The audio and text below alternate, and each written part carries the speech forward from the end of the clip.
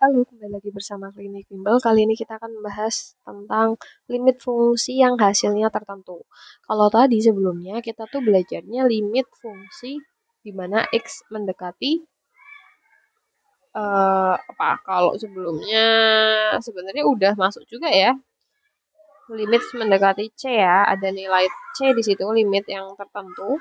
Nah, ingat, sifat limit itu misalkan f sebuah fungsi f memetakan R ke R yang kontinu di C, maka limit dari fungsi fx di mana x yang mendekati C itu sama dengan fungsi C.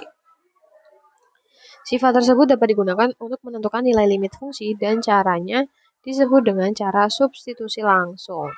Jadi nanti nilai ini itu tinggal kalian substitusikan menggantikan nilai X. Nah, itu yang pertama. Jadi tinggal dimasukkan. Nanti kalau hasilnya tidak 0/0 berarti bisa disubstitusi. Maka nanti langsung dapat hasilnya min 6. Nah, selanjutnya limit fungsi yang hasilnya tak tentu.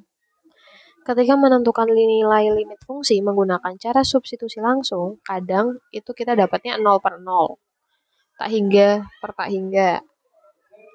Nah, jika hasil limitnya berupa bentuk tak tentu yang 0/0 atau tak hingga, maka gunakan strategi. Ini sudah dipelajari di video sebelumnya sepertinya, yaitu menggunakan cara pemfaktoran. Berarti kalau nggak bisa disubstitusi langsung, kalian pakai cara pemfaktoran.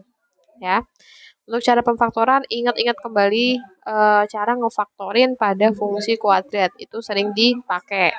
Kemudian yang kedua, cara mengkalikan dengan bentuk sekawan. Oke, jadi jika ada limit fungsi fx per gx diperoleh bentuk berupa tak tentu dan pembilang fx atau penyebutnya gx, pembilang itu yang atas, penyebut yang bawah, memuat bentuk akar, ada bentuk akarnya. Maka kita harus mengkalikan dengan bentuk sekawan.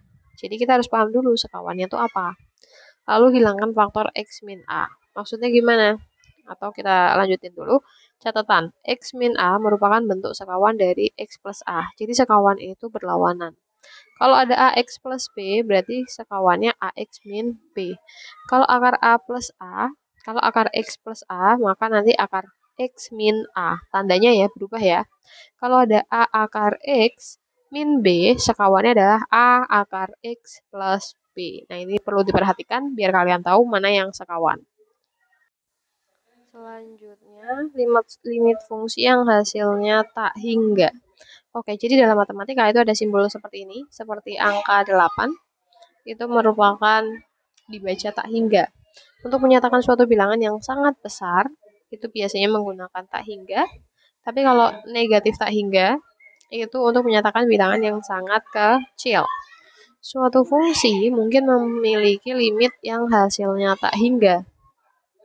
Ya. Perhatikan.